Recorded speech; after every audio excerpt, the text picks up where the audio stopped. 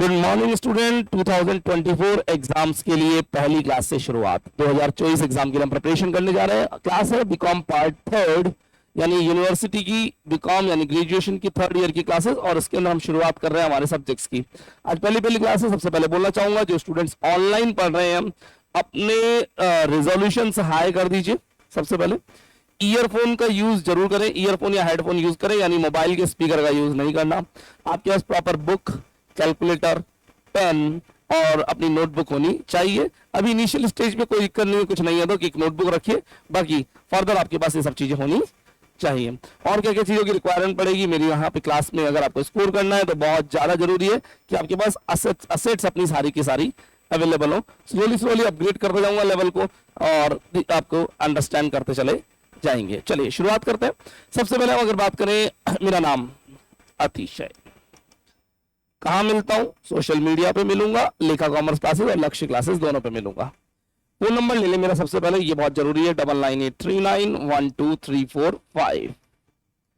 Another phone number 9983712345। Calling and WhatsApp ऊपर वाले number पर, नीचे वाले नंबर पे ऑनली कॉल करने की ट्राई करें। मैं जब क्लास में होगा तो रिसेप्शन आपकी पूरी मदद करेगा, अदरवाइज मेरे से भी बात हो जाती है। टाइमिंग की कोई बाउंडेशन नहीं है, 24/7 कभी भी कॉल करें। स्टार्ट करते हैं बीकॉम पार्ट थर्ड। आइए बातें डिटेल में डिस्कस करना शुरू करेंगे।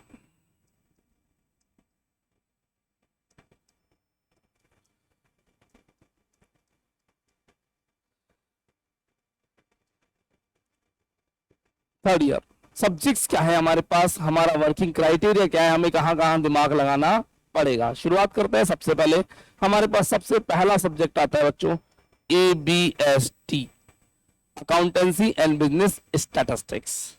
तीनों ईयर में सेम, ये सब्जेक्ट का नाम सेम ही रहता है, इसके अंदर के पेपर्स बदलते जाते हैं। सब्जेक्ट कोई पूछे तो ABST बोलेंगे, पेपर बोले तो इसका पेपर 1 और पेपर 2 दो पार्ट्स आपके पास रहने वाले हैं। अगर पेपर 1 की बात करें तो सबसे फर्स्ट पेपर हमारे पास होता है बच्चों ऑडिट एंड मैनेजमेंट अकाउंटिंग।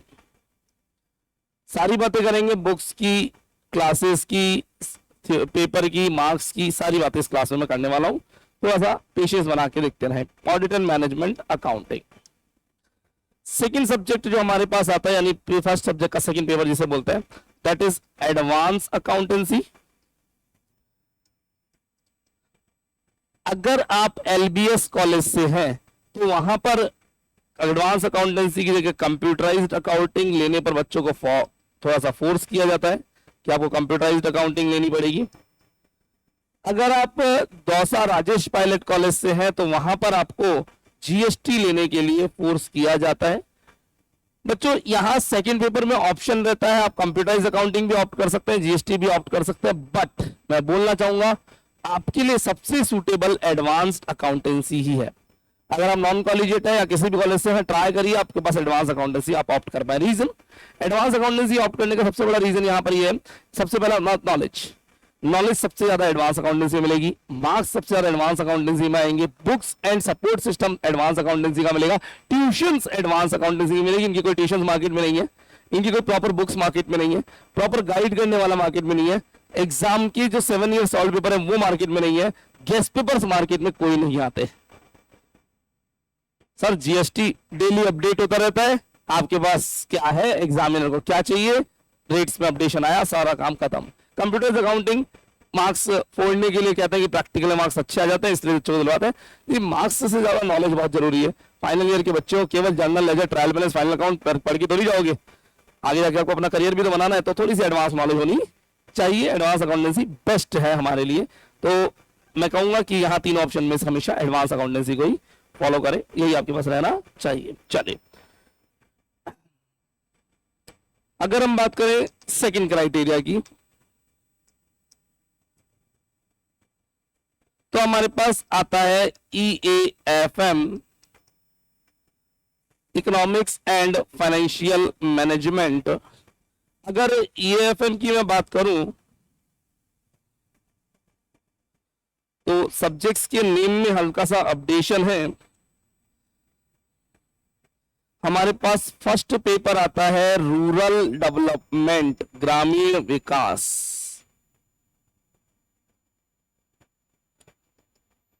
और सेकंड पेपर जो हमारे पास आ रहा है उसका नाम है बिजनेस बजटिंग, प्रैक्टिकल पेपर है, बिजनेस बजटिंग प्रैक्टिकल पेपर है। यहां पर किसी भी कॉलेज ने कोई ऑप्शन नहीं दिया है, यूनिवर्सिटी तो ऑप्शन देती है सेकंड पेपर में, बट कोई ऑप्ट नहीं कर रहा, सब बिजनेस बस्टिंग ही लेते हैं, आपने कोई बिजनेस बस्टिंग पर ही फोकस रहना है। प्लीज सब्जेक्ट के नेम लिख लीजिएगा।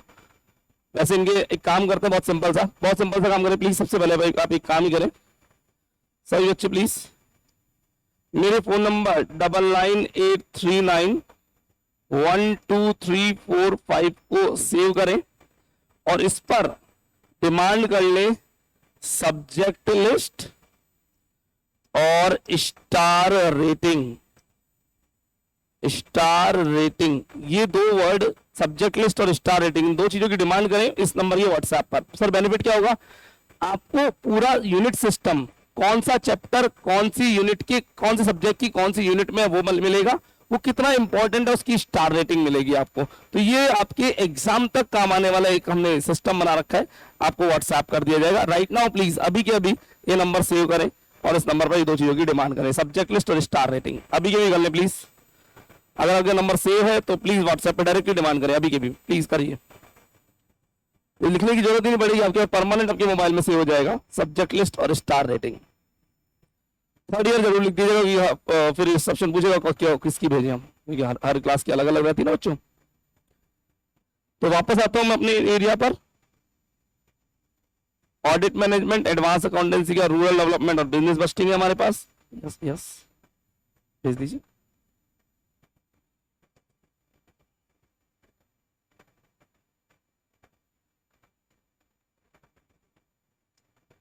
नेक्स्ट सब्जेक्ट में एंट्री मारता हूं मैं,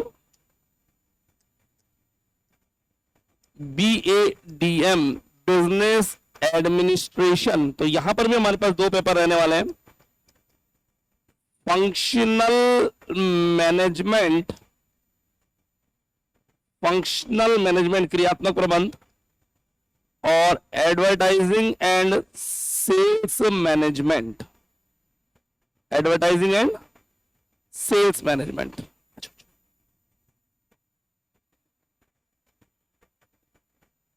नहीं चलो,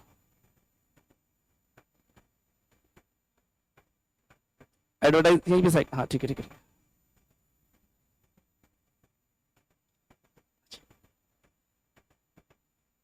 यस जो बच्चे नए आए क्लास में, हल्का सा रिवाइज करता हूं मैं बहुत ज्यादा नहीं पढ़ाया, रिवाइज करता हूं। सबसे पहले मेरा name Matheesha Jain, this my phone number, first number calling and WhatsApp दोनों के लिए। सबसे पहले हम बात कर रहे हैं थर्ड ईयर के अंदर बीकॉम थर्ड ईयर, हमारा फर्स्ट सब्जेक्ट ABST, जिसका फर्स्ट पेपर है audit and management accounting. Second paper advance accountancy लेना है आपको, कंप्यूटराइज अकाउंटिंग और GST का भी ऑप्शन है, बट GST कंप्यूटराइज अकाउंटिंग और GST पे ना जाए। कोई है LBS से, है ना, ठीक है। कॉलेज बताएं please, non collegiate, Xavier's, commerce college, Kanoria all, ठीक है फाइन। तो आप सभी के कॉलेजेस में कहीं कोई इशू नहीं है, सभी को एडवांस अकाउंटेंसी लेना है, कंप्यूटराइज अकाउंटिंग GST का ऑप्शन है, बट हम ऑप्ट नहीं करेंगे, फाइन। EFM में दो सब्जेक्ट है, रूरल डेवलपमेंट, ग्रामीण विकास और बिजनेस बस्टिंग। BADM में दो सब्जेक्ट है हमारे पास, फंक्शनल मैनेजमेंट और एडवर्टाइजिंग एंड सेल्स मैनेजमेंट। तो 6 पेपर है, हमारे का टारगेट है 600 में से ये कितना आएगा हमारे पास साल के एंड में, ये हमारा अल्टीमेट टारगेट है बच्चों। अब अल्टीमेट टारगेट 600 में से क्या चाहते हैं आप, मिनिमम मेरे को 420 चाहिए, इससे बिलो मुझे नहीं चाहिए। हमारे पास एक अच्छा खासा टाइम पीरियड है, बिजनेस बस्टिंग गारंटी देता हूं, जो आज हम शुरू करने वाले बिजनेस बस्टिंग, टिल एग्जामिनेशन कम से कम 6 से 7 बार रिवाइज करा दूंगा पूरे क्लास में, सारे क्वेश्चन, सारे इलस्ट्रेशंस 6 to 7 टाइम्स मैं कराऊंगा बोर्ड पर, आप जो प्रैक्टिस करेंगे वो एडिशनल है।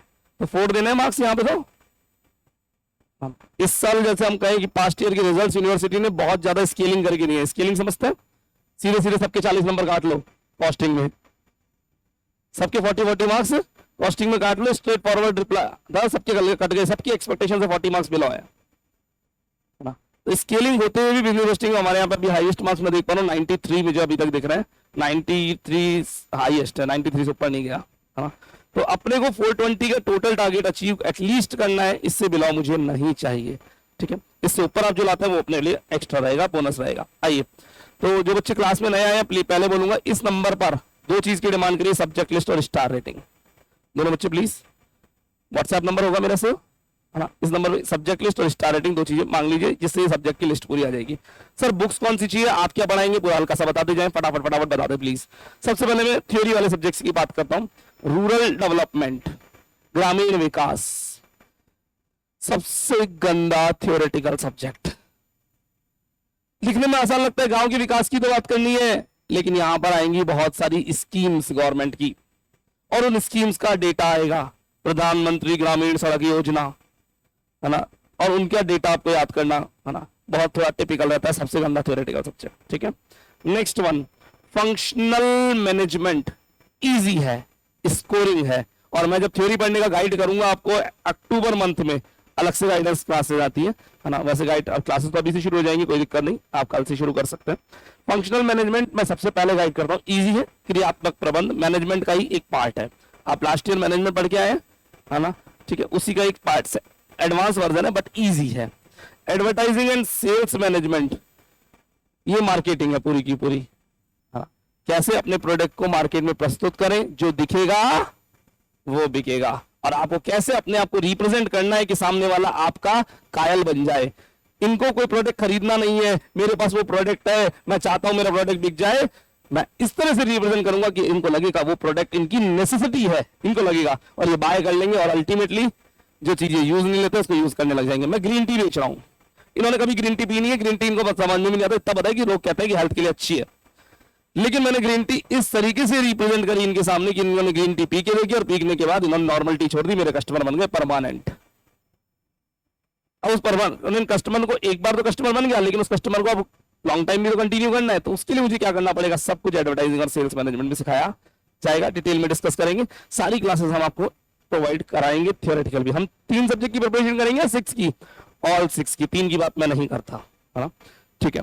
सर कब से तैयारी शुरू करें, अरे आज से करो, काहे टाइम वेस्ट करना। सर कितना टाइम डेली ले रहे हैं, मिनिमम 2 आवर्स डेली दीजिए।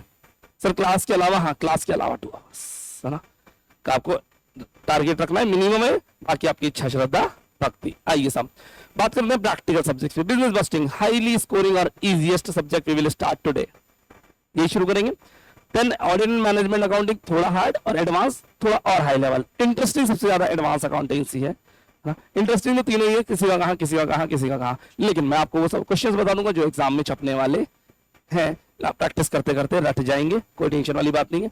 मुझे रिक्वायरमेंट किस किस चीज की है सुनिएगा जरा। एक फेयर कॉपी, रफ आप क्लास में बनाएं, फेयर कॉपी घर के लिए बना के रखें, क्लास में उस रफ में अपनी मर्जी से जितना चाहे उतना नोट करें। ये क्लास रिकॉर्डिंग मोड में चल रही है, अभी रिकॉर्डिंग हो रही है, इसकी रिकॉर्डिंग में आपको दे दूंगा, घर पे जाके रिकॉर्डिंग को 1.25x की स्पीड पर या 1.5x पे भी जा सकते हो। 1.5x बहुत ज्यादा हो जाता है क्योंकि मैं ऑलरेडी फास्ट बोलता हूँ। घर पे अपने स्पीड पे सुने और सुनते हो, घर पे फेयरली नोट करें, फेयर घर पे नोट करें, यहाँ पे रफली नोट करें या नहीं करें, यहाँ पे नोट केवल समझे, है ना, ठीक है। चलिए शुरुआत करते हैं क्लास की, और हम पढ़ने जा रहे हैं बिजनेस बजटिंग। सारी बातें बाद में करूंगा, बजटिंग के बारे में डिटेल में बात करना शुरू करते हैं। कंटिन्यू करूं, कुछ क्वेश्चन पूछने हो थर्ड ईयर से रिलेटेड प्लीज पूछिए। 3 प्रैक्टिकल 3 थ्योरेटिकल का कॉम्बिनेशन है हमारे पास। ऑडिट मैनेजमेंट प्रैक्टिकल है, एडवांस प्रैक्टिकल और बिजनेस बजटिंग प्रैक्टिकल है। 3 थ्योरेटिकल भी रहेंगे। थ्योरेटिकल की क्लासेस में आपको जैसे आप रजिस्ट्रेशन कराते हैं आपको प्रोवाइड करा दी जाएंगी, है ना। प्रैक्टिकल्स अपना day by day upon continue करते रहेंगे, ठीक है। कोशिश करेंगे बिजनेस बस्टिंग पढ़ करके रिवाइज कर लें, और इन दोनों को फर्स्ट टाइम पढ़ते रहे, लगभग 4.5 मंथ्स के अंदर अंदर मैक्सिमम अपन सारा कवर अप कर लें, और बिजनेस बस्टिंग का रिवाइजेशन भी कर लें, ठीक है। बिजनेस बस्टिंग कराते ही मैं रिवाइजेशन पे लेकर के आ जाता हूँ फर्स्ट टाइम, क्योंकि इसको हम उठा करके साइड रख के पैक करके बोले ये तो हमारी हो गई, है ना, फिर इसके बस केवल टेस्ट देते रहे और फिर बाद में रिवाइज करते रहेंगे। चलिए शुरुआत करें, तो डिमांड कर लीजिएगा सबसे पहले सब्जेक्ट लिस्ट और स्टार रेटिंग। मैं इसको बोर्ड पर अप कर रहा हूं। बिजनेस बजटिंग, बुक का नाम, स्टूडेंट गाइडलाइन। राइट नाउ अभी मैं जब ये क्लास रिकॉर्ड कर रहा हूं, आज डेट हो रही है बच्चों 12 जून, है ना, जब ये क्लास रिकॉर्ड हो रही है 2023, 12 जून 2023। तो आज जब ये क्लास रिकॉर्ड हो रही है तो अभी आपको कोई बुक्स नहीं खरीदनी, केवल एक बुक खरीदनी है बिजनेस बस्टिंग की, दैट इज गरिमा पब्लिकेशन, क्योंकि मार्केट में भी बुक्स में अपडेशन आ सकते हैं फिलहाल। तो राइट नाउ आपको गरिमा पब्लिकेशन की एक बुक खरीदनी है। और शिट, ये जो बुक रहेगी इसको हम MR अग्रवाल भी बोलते हैं। थोड़ा यहाँ पे बच्चों से गलती होती है बच्चों, मार्केट में एक बुक और आती है NP अग्रवाल, MP अग्रवाल के नाम से, वो नहीं, MR अग्रवाल, ध्यान दीजिएगा, है ना, गरिमा पब्लिकेशन की बुक है, ये बुक आपको बाय करनी है। सर नई ले या सेकेंड ले, एज यू विश, मुझे कोई इशू नहीं है, जो आपको सही लगे वो आप बुक ले लीजिएगा। चलिए सबसे पहले बात करेंगे बजट की। सबसे पहले बात करेंगे बिजनेस बजट पे, बिजनेस पे बाद में जाएंगे, पहले बजट। What is budget? मुझे थोड़ा सा बताएं बजट होता क्या है, आप क्या जानते हैं बजट के बारे में।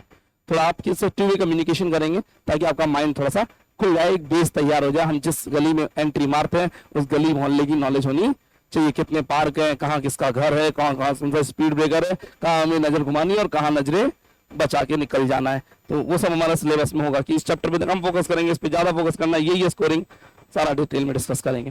ठीक है, अभी आप लोगों के बुक नहीं है, तो बुक होगी तो मैं आपको और अच्छे से बताऊंगा, बट अभी पहले बात करें बजट की। बजट क्या होता है, कैन यू टेल मी? क्या आप अपनी लाइफ में बजट बनाते हैं? Yes no? यस बनाते हैं, क्यों नहीं बनाते? क्या गवर्नमेंट बजट बनाती है? यस। क्या हमारी मामा बजट बनाती है? यस। क्या हमारे पापा बजट बनाते हैं? यस। क्या हम डेली लाइफ में बजट बनाते हैं? यस। क्या कोचिंग आने के लिए बजट बनाया गया है? यस।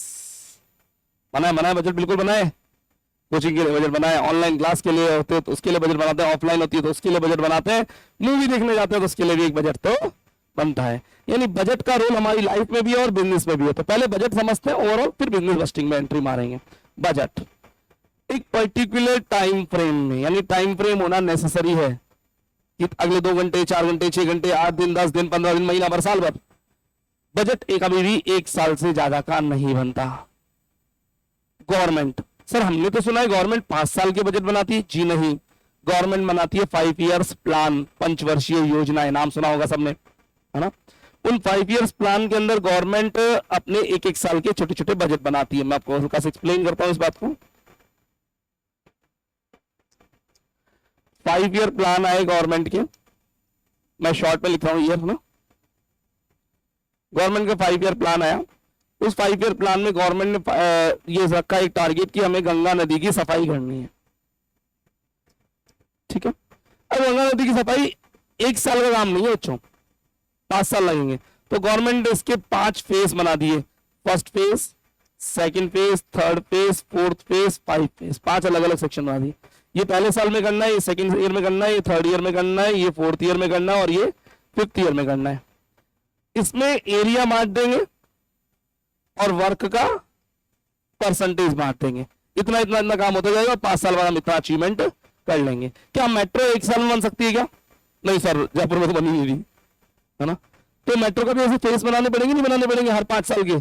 तो गवर्नमेंट पंचवर्षीय योजनाएं लेके आती है, उनमें बड़े प्लान होते हैं, उनको 1-1 साल के छोटे छोटे बजट में तोड़ दिया जाता है। तो बजट कभी भी 1 साल से ज्यादा का नहीं बनाना। क्यों नहीं बनाना? क्योंकि बजट में सारा गेम एस्टिमेशन का है, अंदाजों का है, और अंदाजे 1 साल से ज्यादा के लगाना थोड़ा मुश्किल होता है, क्योंकि चेंजेस हमारी लाइफ में बहुत फास्ट आता है।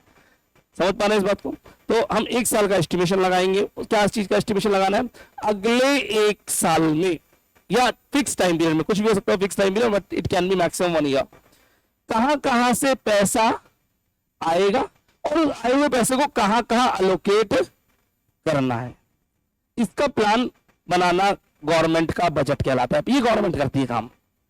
हमारे इंडिया में बजट कौन कब आता है? कोई डेट है क्या फिक्स? नहीं बेटा, हर साल आता है और 1 फरवरी को आता है, फिक्स है ये। 1 फरवरी को इनकम टैक्स पढ़ी है ना, जिन्होंने मेरे से पढ़ी उनको तो मैंने बताया हुआ 1 तारीख को बजट आया था, 1 फरवरी को बजट आया था। भूल गए कि सोम भाई, है ना। हर 1 फरवरी को बजट आता है। इस अब जो फरवरी आएगी बजट आएगा, बजट के नेक्स्ट डे 2 फरवरी को हम क्लास नहीं रखते, पढ़ाते नहीं, 2 फरवरी को हम बजट को डिस्कस करते हैं। उसके अंदर आपकी इनकम टैक्स की स्लैब रेट्स आएंगी, करा था डिस्कस? हाँ, अब याद आ गया। चलिए, तो हम बजट बनाएंगे, सॉरी गवर्नमेंट बजट बनाती है, हम भी बजट बनाते हैं। अब अभी बजट का एक अनदर एग्जांपल लेके चलता हूँ, थोड़ा सा आपको अच्छे से समझ में आ जाएगा, सुनिएगा बड़े ध्यान से। मूवी देखने जाना है, कितने घंटे का बजट बनाना है? क्या मूवी देखने जाने बजट बनाते हैं क्या, पहले बताओ? Yes no? यस बनता है यार। अगर कल का मेरा मूवी का प्लान है तो मैं बजट बनाऊंगा, लेकिन कितने घंटे का टाइम पीरियड, टोटल ड्यूरेशन कितने का था? 3 आवर्स। क्या डायरेक्ट कराएंगे? डायरेक्ट कर तो नहीं आते ना, है ना। अच्छा 2.5 आवर की मूवी आती है तो madam half hour entry exit parking extra time. हाँ ठीक है, मैं स्पेस लेके चलता हूँ क्योंकि मैं कैफे जाऊंगा, थोड़ी देर बैठूंगा, अभी कोल्ड कॉफी पीनी है तो, है ना। तो 4 आवर्स का एक गैप लेके चलता हूँ, घर पे मैं 4 घंटे बिना मैं वापस नहीं आने वाला, ये बात तो पक्का है ना। ठीक है 4 आवर्स एटलीस्ट रखें, रुकेंगे रुकेंगे, है ना। इस 4 आवर्स में चलिए बजट बनाते हैं, क्या कितने पैसे चाहिए आजकल मूवी की टिकट की रेट प्राइस बोले।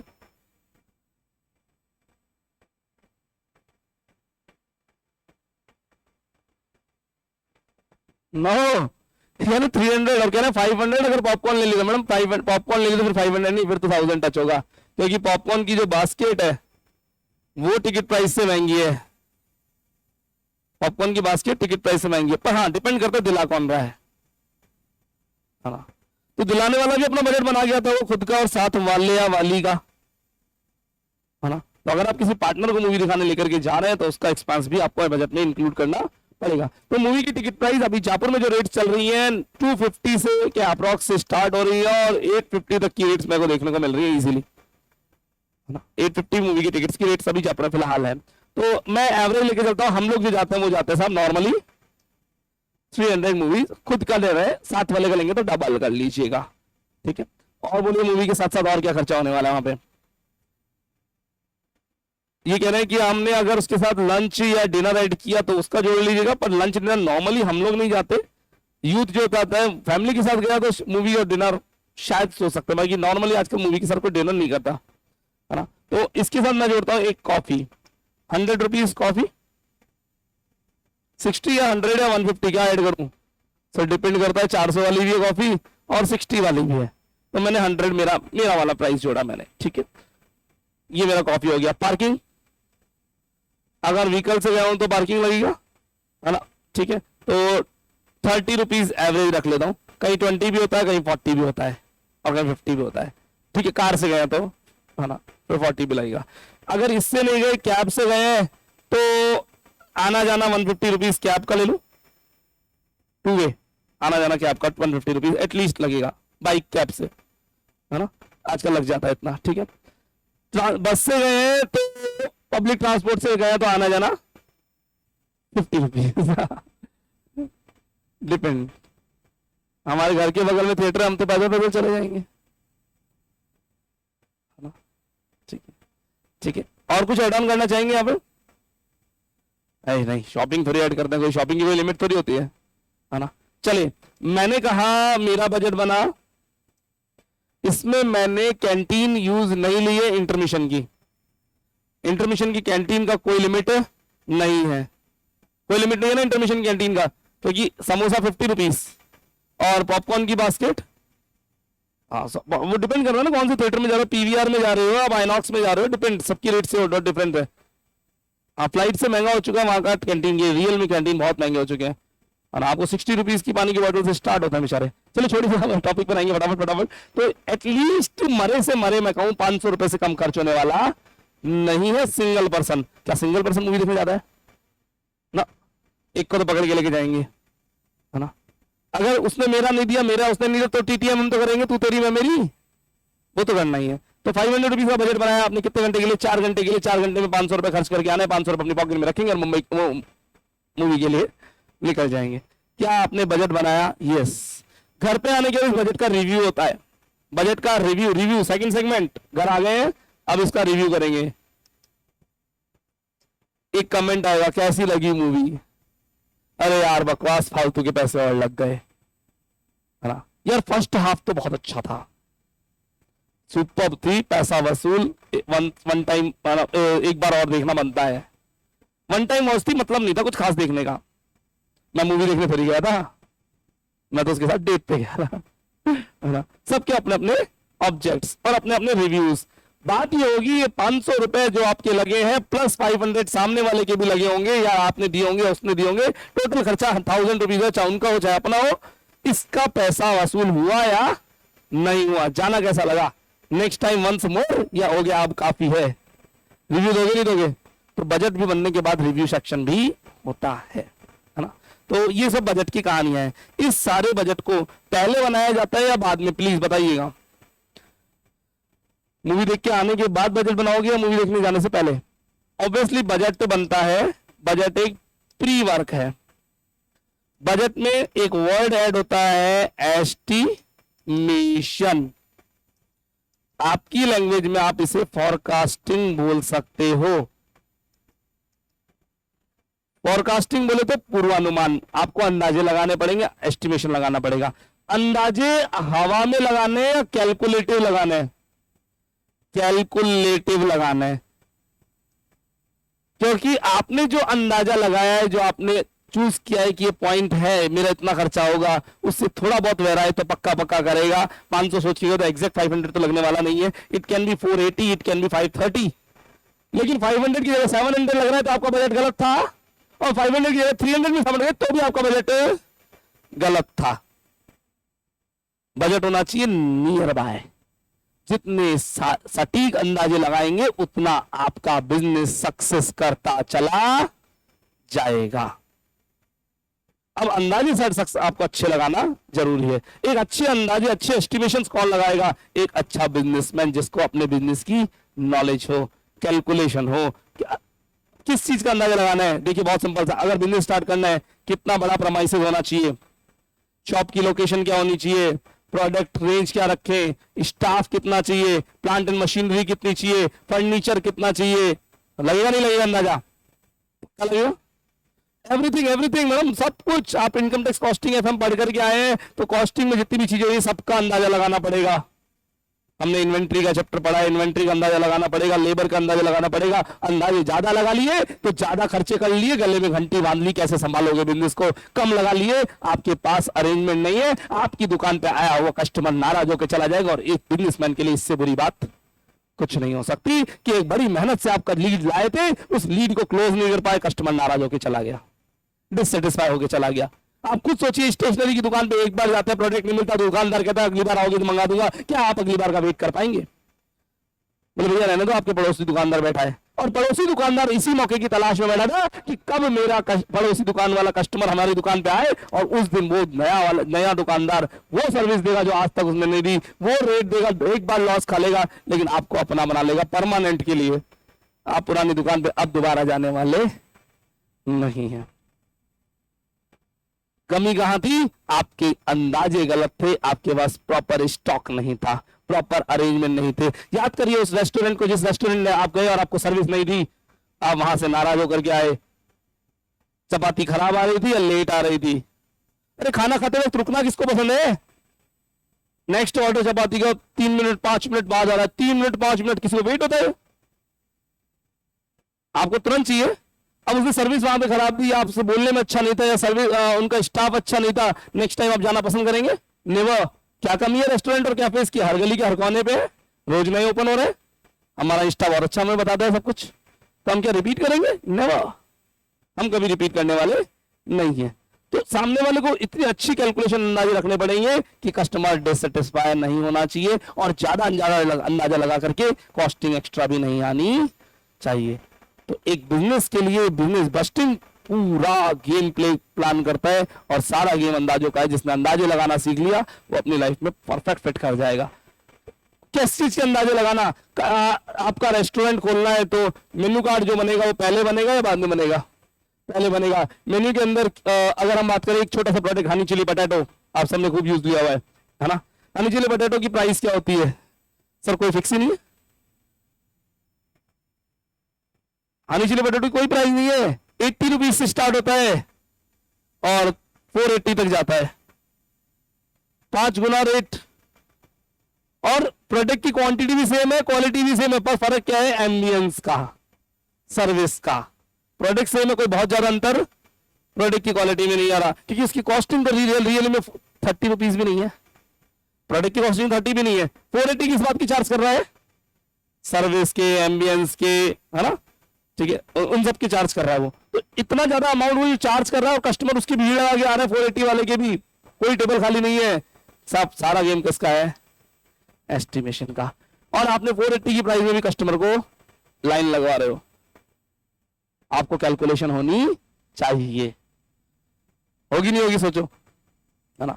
तो एक अच्छी कोई सा भी बिजनेस स्टार्ट करें, आपको अंदाजे बहुत सारे लगाने पड़ते हैं, और उन अंदाजों का सारा गेम बिजनेस बस्टिंग होता है। तो अभी तक बात कर रहे थे हम बस्टिंग की, जब बस्टिंग बिजनेस में आ जाती है तो बिजनेस बजट बन जाते हैं। बजट हमेशा प्री बनते हैं, सारा गेम एस्टिमेशन का होता है for fix time period.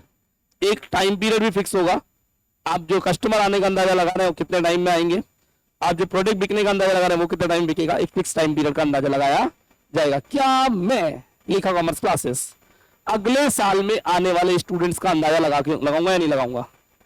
Year 23-24 start किया, आज पहला दिन है। इस साल मेरे इंस्टीट्यूट में कितने बच्चे होंगे उसकी कैलकुलेशन होगी या नहीं होगी? मेरे पास होगी, एक अंदाजा लगाएंगे पक्का। अंदाजा नियर बाय लगाना है या हवा में लगाना है? लोग बोलते हैं आपके 3000 बच्चे पढ़ते हैं, है ना। कुछ लोग बोलते हैं होंगे आपके इंस्टीट्यूट में 100-150 बच्चे, तो मैंने कहा पागल हो, तुम्हारी कैलकुलेशन गड़बड़ है ना। कितने स्टूडेंट होंगे मेरे पास अंदाजा लगाना, कभी बैठोगे है ना। थोड़ा मुश्किल है आप लोगों के लिए अंदाजा लगाना क्योंकि हम डिस्क्लोज नहीं करते, है ना। लेकिन हाँ 1000+ रखते हैं, इजीली 1000+ स्टूडेंट्स इजीली रखते हैं। कई लोग पेरेंट्स कहते हैं बच्चे तो स्कूल में ही नहीं होते, स्कूल में बहुत इसका 1/3 होते, 200 बच्चे, 250 बच्चे, 300 बच्चे पे स्कूल चलते हैं, बहुत सारे छोटे छोटे स्कूल्स, है ना। मगर नहीं, हमारे बच्चे इतने हो जाते हैं। चलिए तो वापस कंटिन्यू करेंगे अपन। आइए, तो एक बिजनेस बस्टिंग में क्या क्या चीजों की जरूरत है, एक नए पेज पे बिजनेस बस्टिंग हेडिंग डालिए, लिखना मेनली टारगेट हम कल से शुरू करेंगे, अभी हम केवल ऊपर ऊपर से फटाफट लेके चल रहे हैं। बिजनेस बस्टिंग प्री प्लान होता है, फर्स्ट पॉइंट लिखिए प्री प्लान है। मैं थ्योरी पढ़ा के पकाऊंगा नहीं, बिल्कुल भी प्रैक्टिकल में मूव करेंगे हम, है ना। प्री प्लान होता है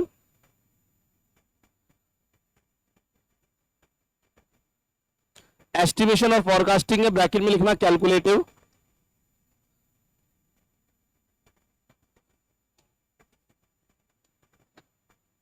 बच्चों को इन्वेस्टिंग के नोट्स दो, है ना, सबको दो, हाँ बाकी को दो, मेरे को जरूरत है क्लास में, ठीक है। और पानी की बोतल, फालतू की लाइट बंद करें। हेलो,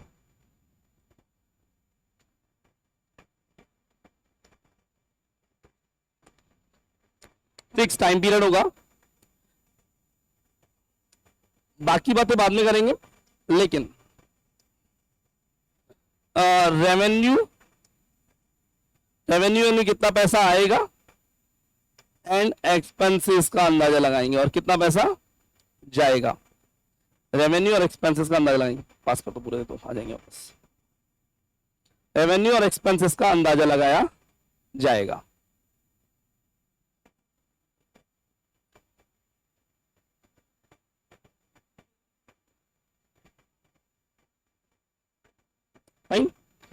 चलिए, किस किस चीज का अंदाजा लगाना है, अब ये रिप्लाई मुझे आपसे चाहिए। एस्टिमेशन आपको किस किस चीज का करना है। आप में से कितने लोग हैं जो फ्यूचर में लॉन्ग रन में बिजनेस खोलना चाहते हैं? लॉन्ग रन में मतलब मैं नहीं कह रहा कि अगले 2 साल 3 साल 4 साल, कई लोग होते हैं कि पहले जॉब करेंगे साल 1.5 साल, उसके बाद बिजनेस करेंगे। अल्टीमेट बिजनेस करना किसको पसंद है? 1 बस। आप बाकी को बिजनेस नहीं करना, देखते हैं 4 महीने बाद दोबारा पूछूंगा, है ना। मेरे साथ रहोगे तो सीख जाओगे, है ना। बिजनेस से अच्छा कुछ नहीं होता। मैंने प्राइवेट जॉब करी है, मैंने गवर्नमेंट जॉब करी है, मैं बिजनेस पे टिका हुआ हूं। हाँ क्यों? क्योंकि लर्निंग और अर्निंग दोनों यहाँ पे अनलिमिटेड है। लर्निंग और अर्निंग। चलो एक बार छोटी सी बात करते हैं इसके ऊपर। Government job learning 0, government job learning 0। जो गवर्नमेंट जॉब में लर्निंग करनी है वो शुरू के 3 साल लर्निंग करनी है जॉब लगने से पहले, और वो लर्निंग लाइफ में कभी काम नहीं आएगी। English, math, GK, reasoning life में काम नहीं आती, वो केवल एग्जाम, गवर्नमेंट एग्जाम क्रैक करने के काम आती है। उसके बाद गवर्नमेंट जॉब में लर्निंग, मान लीजिए आपकी पटवारी की जॉब लग गई या सब इंस्पेक्टर की जॉब लग गई, या आपने सिविल सर्विसेज के एग्जाम क्लियर कर लिए, लर्निंग हो सकता है आपको आपकी फील्ड की मिलने की, बिल्कुल मिलेगी, ट्रेनिंग्स वगैरह मिलेंगी, आपकी बैंक में जॉब लग गई, है ना। लेकिन क्या वो लर्निंग आपको ऑलराउंडर लर्निंग मिल रही है क्या? नहीं। जो आपका बॉस आपको सिखाना चाहता है, यानी जो गवर्नमेंट का प्रोजेक्ट है वही सीखोगे, बाकी उससे एक्स्ट्रा कुछ नॉलेज नहीं होगी। पहला। अर्निंग ऑब्वियसली लिमिटेड, अगर 2 नंबर का काम ना करो तो, 2 नंबर का काम करो तो फिर तो मतलब उसका तो कोई कहना ही बेकार है ना, बेकार है। अच्छा, प्राइवेट जॉब सेम, लर्निंग भी लिमिटेड और अर्निंग भी लिमिटेड। सर वहां पे हमारे इंसेंटिव मिलता है, ले लो, कितने कमा लोगे? है ना, फिर उसके अकॉर्डिंग हार्डवर्क भी ज्यादा करना पड़ेगा, ठीक है। बिजनेस लर्निंग अनलिमिटेड डेली, अगर आपके बिजनेस को आप कहते हो 40 साल हो गए हैं तो भी लर्निंग चालू है। कोविड सबके बिजनेस को नई नई लर्निंग दे गया, या तो बंद कर गया या नई ऊंचाइयां छू गया। कोविड में हमने अच्छे अच्छे बिजनेसेस को बंद होते हुए देखा, सारे जिम, सारे रेस्टोरेंट, सारे कैफेज क्लोज हुए, और मेडिकल और किराना एंड डिपार्टमेंट स्टोर हाइप पहुंच गया, internet services hype, technology hype, सब चीजें महंगी हो गई, चिप सेट, चिप का सारा काम, सारा जहां जहां चिप डलती सारी चीजें महंगी हो गई एक साथ, देखा आपने। तो कोविड में सारे बिजनेस को लर्निंग मिली, चाहे जिनका 50 साल वाला बिजनेस था पुराना, अगर आप अपडेट कर रहे हो तो आप जिंदा रहोगे, अपडेट नहीं कर रहे हो तो खत्म, है ना। तो बिजनेस में लर्निंग और अर्निंग कोई लिमिटेड नहीं है, कोई लिमिट नहीं है, आप चाहो जितना कमा सकते हो, चाहो जितनी मेहनत करो, चाहो जितना कमाओ, है ना। तो मैं तो बिजनेस पर टॉपिक पर आते हैं। एस्टिमेशन, एक बिजनेस है तो किस किस चीज का अंदाजा लगाना पड़ेगा, सेल्स कितनी होगी, सेल्स प्राइस क्या रखें, कस्टमर कौन सा आएगा, आपको अपना टारगेट कस्टमर पता होता है। हम बिलो एवरेज लेवल रखते हैं, एवरेज लेवल रखते हैं, लग्जरी लेवल रखते हैं, प्रोडक्ट कौन सा बिकेगा भाई। मारुति के कस्टमर अलग है, हुंडई के कस्टमर अलग है, महिंद्रा के कस्टमर अलग है, ऑडी के कस्टमर्स अलग है। ऑडी वाला मारुति नहीं लेता, मारुति वाला ऑडी नहीं लेता, सबका अपना कस्टमर स्केल होता है नहीं होता, बिल्कुल होता है ना, ठीक है। आपको कस्टमर कौन सा आएगा, प्रोडक्ट कौन सा रखें, उस प्रोडक्ट की रेंज क्या होगी,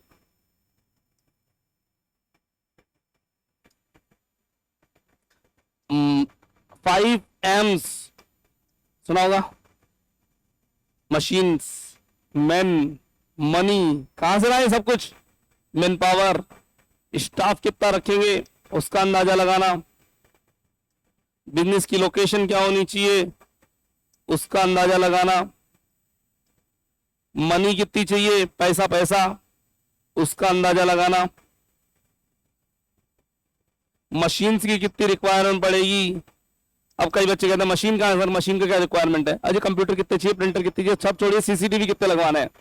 सीसीटीवी आपके बिजनेस में मस्ट है, सीसीटीवी या तो 4 लगते हैं, या 8 लगते हैं, या 12 लगते हैं, 16 लगते हैं नॉर्मली। तो कितने सीसीटीवी चाहिए, मैं अगर बात करूँ लेखा क्लासरूम में 8 सीसीटीवी लगा रखे हैं अभी राइट नाउ, लक्ष्य क्लासरूम में 16 लगाने में 16 भी कम पड़ रहे हैं हमारे को, और क्लासरूम ज्यादा है, डिपेंड करता है एरिया कितना बड़ा है, उसमें कितना आपको कवरेज रखना है, कितनी ज्यादा वॉच रखनी है, हाँ ठीक है। तो इन सब चीजों का, ये तो मैंने बेसिक बताया है, ऐसा हर चीज का अंदाजा लगेगा नहीं लगेगा, कम लगा लिया तो मरे, ज्यादा लगा लिया तो मरे, बिजनेस बस्टिंग इन सबका आपको अंदाजा सिखाने वाली है। आइए टॉपिक पर अटैक करते हैं, बहुत दिनों की बातें करते करते। तो अल्टीमेटली इतना समझ में आया बस्टिंग के अंदर अंदाजे लगाने, एक टाइम पीरियड होगा, अंदाजों से ही सब कुछ सेट होने वाला है, अंदाजे कैलकुलेटिव होने चाहिए, ठीक है। बिजनेस बस्टिंग का हमारा सिलेबस, आइए बात करते हैं अब सिलेबस पे। आप लोगों के पास नोट्स हैं बच्चों, इन नोट्स का फर्स्ट इंडेक्स पेज खोल लीजिए प्लीज। ऑनलाइन वाले बच्चे, आपको स्टार रेटिंग के लिए बोला है, तो बिजनेस बस्टिंग की स्टार रेटिंग वाली पीडीएफ खोल लीजिए। स्टार रेटिंग व्हाट्सएप पे डिमांड कर ली होगी आपने, उस स्टार रेटिंग की पीडीएफ खोल लीजिए प्लीज, पीडीएफ। यस, कंटेंट्स के नाम से एक इंडेक्स दिख रहा होगा आपको, इस इंडेक्स के अंदर हम बात करें तो आपको 5 यूनिट्स दिखेंगे बच्चों। आप लोग बहुत अच्छे से जानते हैं कि एग्जाम में हर यूनिट से 2 क्वेश्चंस आएंगे और आपको एनी वन अटेम्प्ट करना है। जिन बच्चों के पास इंडेक्स नहीं हो, बुक का पेज भी खोल सकते हो, बुक का इंडेक्स भी खोल सकते हो। बुक के इंडेक्स को अगर आप खोल रखा है आपने, तो एक चैप्टर मिलेगा वैल्यू एनालिसिस, बुक में मिलेगा, मेरे नोट्स में नहीं है। वैल्यू एनालिसिस अगर आपने बुक में इंडेक्स खोला हुआ है तो analysis of risk and uncertainty, in 2 chapters को काट दीजिए, सिलेबस से हट चुके हैं। तो मैंने अपने नोट्स में तो इंक्लूड ही नहीं करे, बुक में है ना, बुक में से आपको ये नहीं पढ़ने, सिलेबस से हट चुके हैं। चाहे आप ऑनर्स स्टूडेंट है, चाहे आप पास कोर्स स्टूडेंट है, सभी के सिलेबस से चैप्टर हट चुके हैं। तो वैल्यू एनालिसिस और analysis of risk and uncertainty, ये 2 चैप्टर काट दीजिए। इंग्लिश मीडियम स्टूडेंट्स, आपको 2 चैप्टर और काटने हैं इंग्लिश मीडियम बुक्स के अंदर, 2 चैप्टर और काटने हैं। एक गवर्नमेंट बजट, नीचे ही नीचे मिलेगा आपको, एंड थोड़ा और नीचे चलते हैं तो एक चैप्टर मुझे मिलता है बच्चों that is reporting to management करके इंग्लिश मीडियम बुक में लास्ट में ये चैप्टर भी काट दीजिएगा। तो हिंदी मीडियम बुक्स में 2 चैप्टर एक्स्ट्रा है, इंग्लिश मीडियम बुक्स में 4 चैप्टर एक्स्ट्रा है। मेरे नोट्स में मैंने इन चारों को हटा रखा है, इंक्लूड नहीं करना, ठीक है। तो आइए जिन बच्चों के नोट्स है या स्टार रेटिंग का पेज है उनकी बात करते हैं। यूनिट फर्स्ट में जाने से पहले मैं जाऊंगा बच्चों यूनिट नंबर सेकंड पे।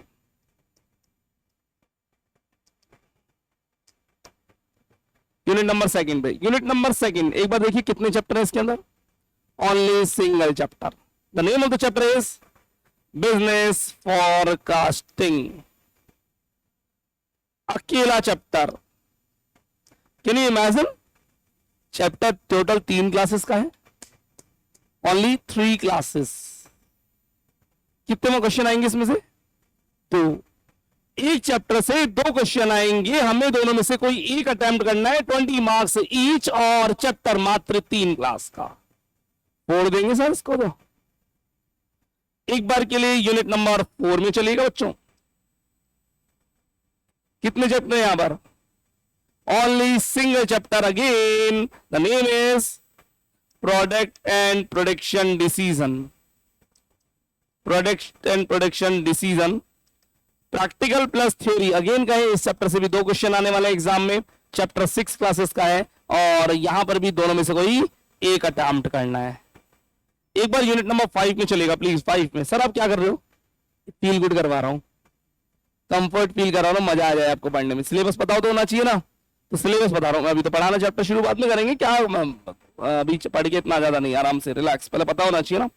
यूनिट नंबर 5 2 चैप्टर बच्चों यहां पर। नंबर 1 कॉस्ट ऑफ कैपिटल, दिख रहा है, and next one is project planning and feasibility study.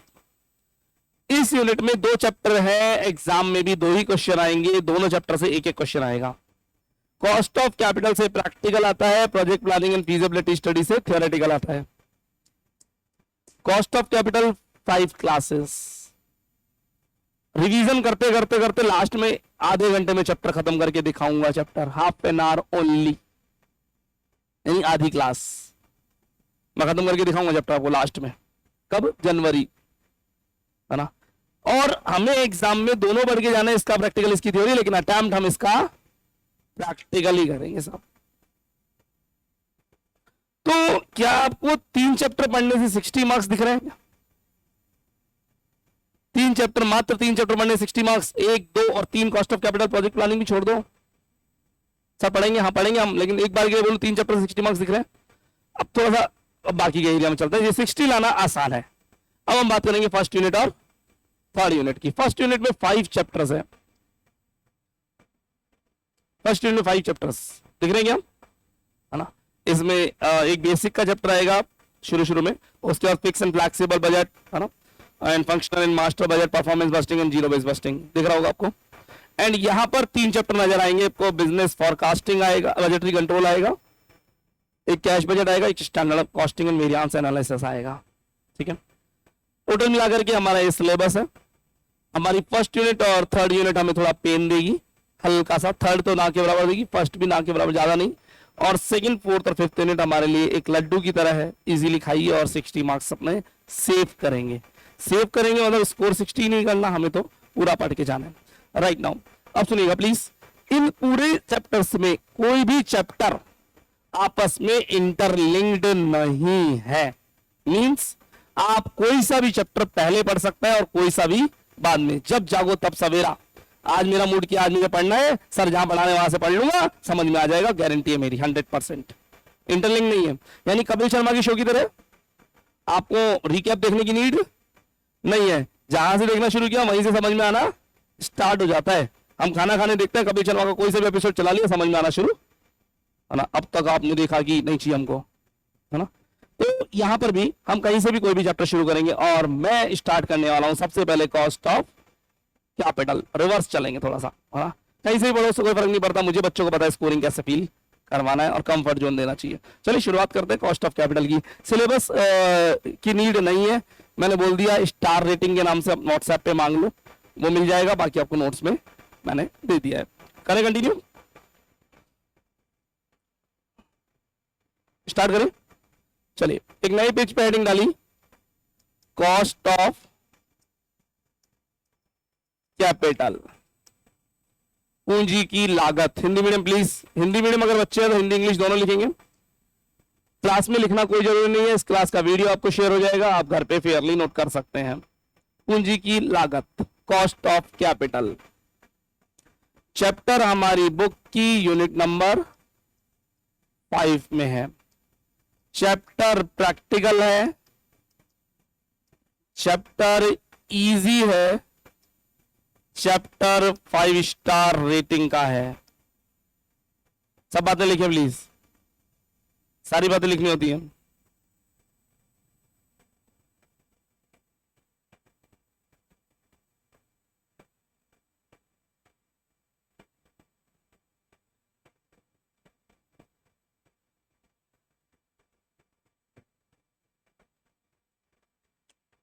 Unit 5 practical easy और 5 स्टार रेटिंग चलने में। चैप्टर कहता क्या है, बिल्कुल बेसिक से शुरू करूंगा, जीरो मुझे मतलब नहीं है आपने 11 12 फर्स्ट ईयर सेकेंड ईयर पढ़ा या नहीं पढ़ा, मैं ये मान के चल रहा हूं आपको बिल्कुल जीरो नॉलेज। करें शुरू, मजा आएगा पढ़ने में। सुनना जरा, पैसा पैसा पैसा पैसा, क्या पैसा फ्री में अरेंज हो जाता है क्या? पैसा फ्री में अरेंज होता है या पैसा अरेंज करने की भी कोई कॉस्ट होती है? अरेंज करने की कॉस्ट होती है कोई ना कोई। आपको 5000 रुपीज चाहिए, क्या करेंगे? आपके पास नहीं है, बोलिए सबसे पहला किसकी तरफ नजर जाएगी आपकी? पेरेंट्स? नहीं भाई, पेरेंट्स से मांगोगे तो क्वेश्चन मार्क, काई के लिए चाहिए बता पाओगी? क्लब जाना है, शॉपिंग करनी है, डेट पे जाना है, 5000 रुपीज नहीं बता सकते। और पर्सनल खर्चे तो नेवर। हमारी अलमीरा में वो सेक्शन है जो छुपा हुआ है मामा से, है ना, कैसे बताएंगे उस सेक्शन को? पॉसिबल नहीं है। किससे मांगे? फ्रेंड, दादाजी दादी जी भी एक ऑप्शन है, वो क्वेश्चन मार्क नहीं करते, या कोई और। सोचिए जरा, पैसा अरेंज करने की कॉस्ट लगेगी, सामने वाला आपसे कहीं ना कहीं उस पैसे को वसूल करेगा, लेने जाना पड़ेगा, हो सकता है इंटरेस्ट पर दे दे, पैसा अरेंज करने की कुछ ना कुछ कॉस्ट लगती है। चलिए थोड़ा सा जीरो से शुरू करेंगे। अगर आपको पैसा अरेंज करना है तो बच्चों आपको अभी आजकल अरेंज करने में थोड़े पेन होता है, क्योंकि आपको किसी के आगे गिड़गिड़ाना पड़ेगा, रिक्वेस्ट करनी पड़ेगी, बिकॉज अभी आप स्टूडेंट लाइफ में हैं। लेकिन अगर मेरे पॉइंट ऑफ व्यू से बात करें तो पता है, मेरे पास सुबह से शाम तक बहुत सारे कॉल आते हैं, लोन ले लो लोन ले लो लोन ले लो, क्योंकि आपके लिए रिक्वायरमेंट होती है बैंक के आगे लोन दे दो, लोन दे दो, लोन दे दो। मतलब अभी आप जिस सिचुएशन में आपको बैंक के आगे गिड़गिड़ाना पड़ेगा, प्लीज पैसे दे दीजिए, लेकिन मेरे आगे बैंक गिड़गिड़ाता है, पैसे ले लीजिए। क्या है, मैं सच बोल रहा हूं? यस, बिजनेसमैन के आगे बैंक गिड़गिड़ाता है कि प्लीज लोन ले लीजिए, बिकॉज मेरी पेइंग कैपेबिलिटी है ना। तो बैंक चाहता है मुझे लोन देता है कि बैंक को भी तो इनकम होगी इस पे इंटरेस्ट की, लेकिन आपकी पेइंग कैपेबिलिटी नहीं है, तो बैंक जानता है कि पैसा बैड डेप्ट हो जाएगा, देना नहीं है। समझ पा रहे मेरी बात को? तो अगर आपको पैसा या मुझे किसी को पैसा अरेंज करना, उसकी कुछ ना कुछ कॉस्ट तो पक्का पक्का होगी, आपके लिए ज्यादा होगी, मेरे लिए भी होगी तो सही, बट कम होगी, है ना। उसकी कॉस्ट निकालना। सर क्यों निकाल रहे हैं कॉस्ट? बहुत सिंपल सी बात बताना चाहूंगा, प्लीज फोकस करेंगे। मैंने एक कैफे खोला, कैफे का नाम रख देते हैं हम बुक्कड़ कैफे, ठीक है, अजीब सा नाम रखा है, कोई नहीं, है ना, बुक्कड़ कैफे, मैंने अपने कैफे का नाम रखा है। इस कैफे को पे मेरे को फर्नीचर लाना पड़ेगा, प्लांट एंड मशीनरी लानी पड़ेगी, है ना, स्टाफ लाना पड़ेगा, और वेरियस अरेंजमेंट्स करने पड़ेंगे। इन सब पर पैसा लगने वाला है ₹20 लाख, 20 लाख रुपए। कहां से लाऊं? हो सकता है मेरी सेविंग में पड़े हुए हो।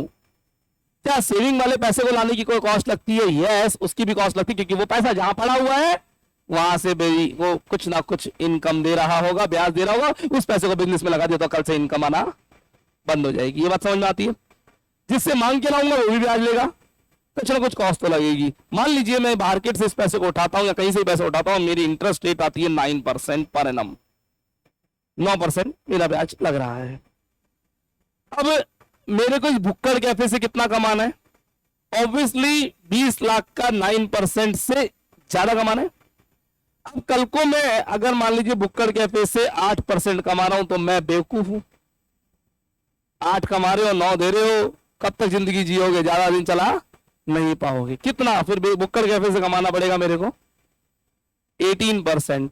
18% कमाऊंगा, खर्चे भी तो निकालूंगा, तब जाकर के इसको इंटरेस्ट दे पाऊंगा, 2 पैसे बचाने की भी कोशिश करूंगा। लेकिन एटलीस्ट 9% है तो मेरे को कम से कम 10, 12, 15% पे तो जाना ही पड़ेगा ऑब्वियसली। तो आपको अपने पैसे की लागत पता होनी चाहिए। अगर आप उससे कम कमा रहे हो तो घर जाके जाकर के सो जाइए, काहे को रिस्क ले रहे हो, काहे को माथापड़ी कर रहे हो, काहे को सुबह से शाम तक पेन ले रहे हो, पेन भी ले रहे हो, मेहनत भी कर रहे हो और आपका ब्याज भी नहीं निकल रहा। आपको एटलीस्ट ये 9% आपके पैसे की कैपिटल की कॉस्ट है वो तो निकालनी ही निकालनी। मैं छोटी सी बात करता हूं, लीगल कॉमर्स क्लासेस में मैंने मान लीजिए अभी 2 करोड़ रुपीस का इन्वेस्टमेंट कर रखा है, दैट इज 200 लाख। ये इन्वेस्टमेंट है मेरा, 2 करोड़ रुपीस का इन्वेस्टमेंट है। ये 2 करोड़ रुपए का इन्वेस्टमेंट अगर मैं ब्याज पे मार्केट में चलाता हूं, है ना, तो एटलीस्ट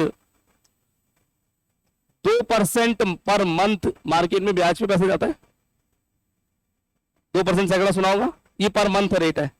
अगर आप मार्केट में ओपन में देते हो तो 2%, 2 करोड़ का 2%, 1 करोड़ का 2%, 2 लाख, 2 करोड़ का 4 लाख, 4 लाख रुपए महीना मेरे पास आना चाहिए नेट, सारे खर्चे करने के बाद, अपनी सैलरी काटने के भी बाद। ये तो बैठे बैठे कमाने की कॉस्ट है। मैं इस 2 करोड़ को बाजार में किसी को दे दूंगा, घर जाके सो जाऊंगा, महीने के एंड में 4 लाख आ जाएंगे। अगर मैं लोकल कैफे से 4 लाख से ज्यादा कमा रहा हूं तो बेनिफिट में हूं, 4 लाख से कम करवा रहा हूं तो मैं इसे लॉस बोलूंगा। समझ पा रहे हैं? क्योंकि पूंजी की कॉस्ट तो निकलनी चाहिए। तो हमें अपने बिजनेस में जितनी भी कैपिटल लगा रहे हैं उसकी कॉस्ट पता होनी चाहिए। कॉस्ट पता होने के लिए हमको कुछ कैलकुलेशन करनी पड़ेगी। जरा सुनना, बिजनेस में पैसा कहां कहां से लगाता है, जरा सुनिएगा। सबसे पहले या तो डिबेंचर या लोन से,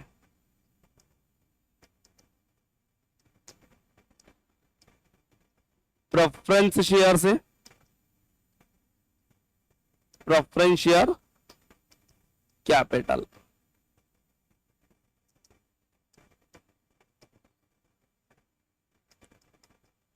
इक्विटी शेयर कैपिटल,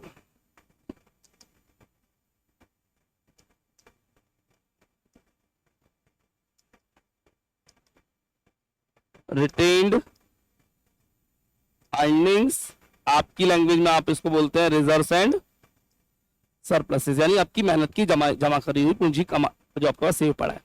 एक बिजनेस के पास पैसा अरेंज करने के सोर्सेस, ये जनरली 4 सोर्सेस होते हैं।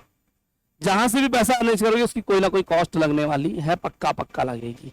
देखो, डिबेंचर या लोन पे आपको इंटरेस्ट देना पड़ेगा, प्रेफरेंस शेयर कैपिटल पे डिविडेंड देना पड़ता है, इक्विटी शेयर कैपिटल पे भी डिविडेंड देना पड़ता है, कंपलसरी नहीं है पर देना तो पड़ता ही है ना।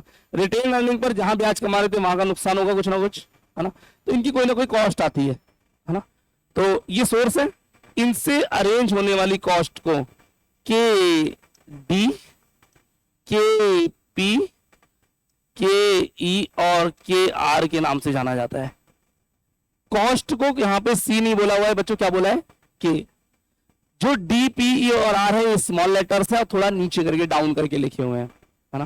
के डी का फुल फॉर्म है कॉस्ट ऑफ डिबेंचर्स, लोन के लिए भी के डी ही यूज होता है। के पी का cost of preference share capital, cost of equity share capital और कॉस्ट ऑफ रिटेन अर्निंग। इस चैप्टर में हमको इन चारों को कैलकुलेट करना है। क्या एक बिजनेस इन 4 जगह से पैसा अरेंज करता होगा? Yes, generally. लेकिन इन चारों में से किसी एक से करता होगा या मिक्सचर भी हो सकता है? ऑब्वियसली मिक्सचर भी हो सकता है। ऐसे तो नहीं मैं सारा पैसा डिबेंचर से लाऊंगा, सारा प्रेफरेंस से लाऊंगा, थोड़ा डिबेंचर थोड़ा प्रेफरेंस, या थोड़ा इक्विटी थोड़ा प्रेफरेंस, थोड़ा इक्विटी थोड़ा रिटेन अर्निंग। हो सकता है नहीं हो सकता? हो सकता है। तो इन चारों की मिलकर के जो कॉस्ट आती है उसको बोलते हैं के ओ। के ओ। इस चैप्टर में आपको टोटल 5 टॉपिक पढ़ने हैं, के डी, के पी, के ई, के आर और के ओ। सर के ओ की फुल फॉर्म क्या है? आइए साहब देख लेते हैं। Cost of overall capital. Overall समझ में आया सबका? मिक्सचर, दैट्स कॉल्ड के ओ। इस के ओ का एक नाम और है weighted average cost of capital. चाहे के ओ बोलो या WACC बोलो, बात एक ही है। के ओ बोलो या सीसी बोलो, बात एक ही। हिंदी में पूंजी की भारित औसत लागत। पूंजी की, हिंदी मीडियम बच्चे हिंदी इंग्लिश दोनों लिखेंगे प्लीज। पूंजी की भारित औसत लागत। आज पहला पहला दिन है, मैंने कुछ ज्यादा नहीं पढ़ाया। हमने सिलेबस पे डिस्कशन किया, हमने पूरे सब्जेक्ट लिस्ट पे डिस्कशन किया, हमने बजट समझा, हमने बिजनेस बजट समझा, हमने फैमिली बजट समझा, हमने चैप्टर्स का डिस्कशन किया, और एक चैप्टर में हल्का सा हम डुबकी भी लगा करके आए हैं। अभी अच्छे से गोते नहीं लगाए, हम कल से लगाएंगे। लेकिन इस चैप्टर में टॉपिक क्या क्या पढ़ने, वो आपके सामने बोर्ड में प्लीज। सोर्सेज पैसा अरेंज करने के 4 होते हैं, उनकी कॉस्ट को केडी, केपी, केई, केआर बोलते हैं, उनके मिक्सचर को केओ बोलते हैं। केओ का एक और सिनोनिम है WACC, that is weighted average cost of capital. Chapter में टोटल टॉपिक कितने पढ़ने हैं? 5। केडी, केपी, केई, केआर और केओ। That's fine. प्लीज इतना नोट कर लीजिए, या आप क्लिक भी कर सकते हैं या वीडियो से भी नोट कर सकते हैं। मेरा फोन नंबर जरूर साइड में लिखिएगा, अपनी कॉपी के फर्स्ट पेज पर। बहुत ज्यादा जरूरत पड़ेगी एग्जाम टाइम तक। कोई भी कंफ्यूजन हो कॉलेज रिगार्डिंग, यूनिवर्सिटी रिगार्डिंग या मार्कशीट रिगार्डिंग, मैं आपकी जरूर जरूर जरूर हेल्प करूंगा। मेरे से बात करने का प्रेफरेबल टाइम इवनिंग में after 7 PM, late night 2 PM तक, 2 AM तक कोई इश्यू नहीं है। 7 बजे बाद बात करें मेरे से, है ना? उससे पहले फोन करेंगे तो रिसेप्शन सपोर्ट करेगा आपको।